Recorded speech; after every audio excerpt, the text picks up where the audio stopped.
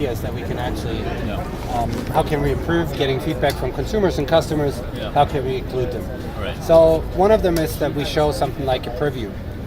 Yeah. Whenever because we have customizable menus, like Connected Drive, you can put in your apps, and then suddenly you have the problem that you don't, get oriented and high fellows. And then you see what to expect next, right? Okay. So this could be one way of interaction. The second thing that we are picking up is that people are getting more and more interested in touch. Yeah. So we believe in our controller system because it's very, very good for usability and for drive. Yeah. You guys want to stay? Well, look a little bit. I'll show you some magic in a second. Okay. What we thought about is if we do integrate touch, then we will integrate touch just like everybody would expect it. Yeah. You could touch directly. You can also use swipe gestures, right? Right. But the important thing is it has to be fully redundant. So anything you can do with the controller, you can do with the touch. I see. But we also support shortcuts like you get a new message, you touch on the message, and you will be in the message center immediately. I see. Right? So if you see something you want to touch it like you use from your devices, which you're just using, it's right there, it's right at your hand, and you can immediately do this. Right? Actually, the notification center is one click away on the controller as well. So it's almost as fast, but we don't want to push the people to a certain modality. They should use what they want. Okay. Communication gives a good example of where modalities have to change or where display has to change. So the speller interaction is via the knob and selecting.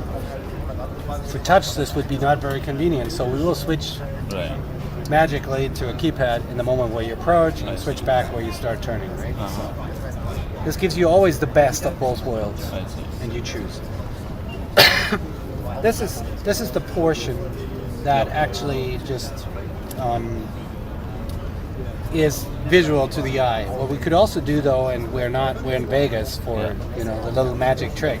So what we can do here is use free hand gestures to turn up the volume. Oh wow. So in this car it's possible as a global gesture in any menu that you're in to just adjust your volume. I see. So, but gesture recognition is a tricky game, and you got to be very careful what to do.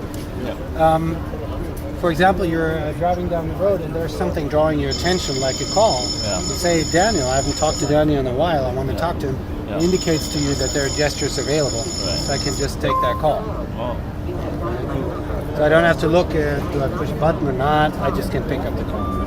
And very similar, if I'm somewhere, I get another call, I'm in my menu, and I get another call, and I actually, Gloria is my mother-in-law. I really don't want to talk to her, right? You just decline. Okay. Right? So it's context central. It's a pop-up. You can decline or accept pop-up.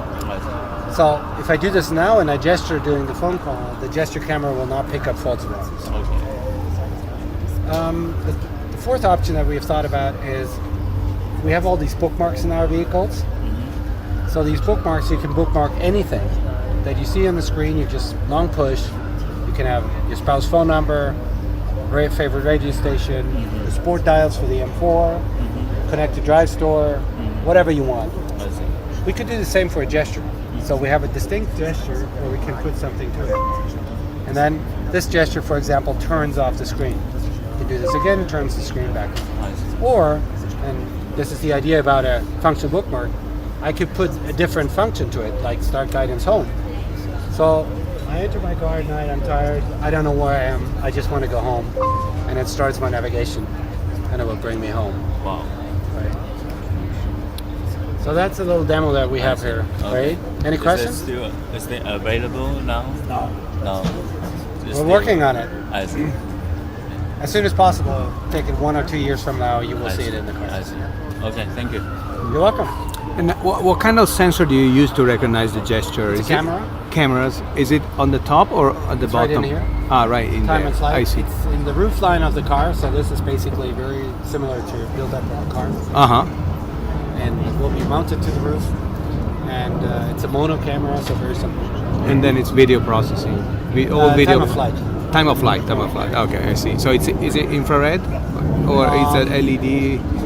Yeah. Something like that. Now you're getting into ways where I'm a little lost. So. No problem, no problem. It's a time of flight camera. It has to have active lighting. I see. It's very cool, and it works very well. It was our aim to do it as robust as possible. You can do anything in here. You know, it would be awful if it picks up commands while Exactly, you're moving like around. wrong commands. The good thing about a driver, though, is he's pretty locked.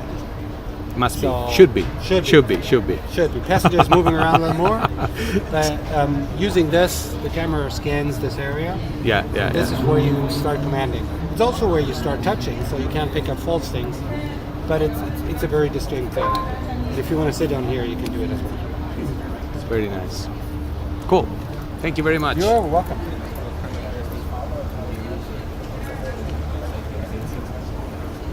For what? Yeah, I put this and now it drives me home. No gestures. We don't not like this, but because this you always do when you touch things. You can use touch now. The simulation is not very fast, but you can use pinch gestures in here as well. See, simulation is not very fast. It's just a simulation. We did this for Las Vegas as a match on Las Vegas.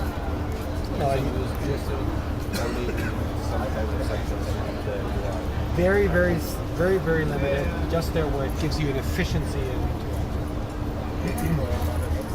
So.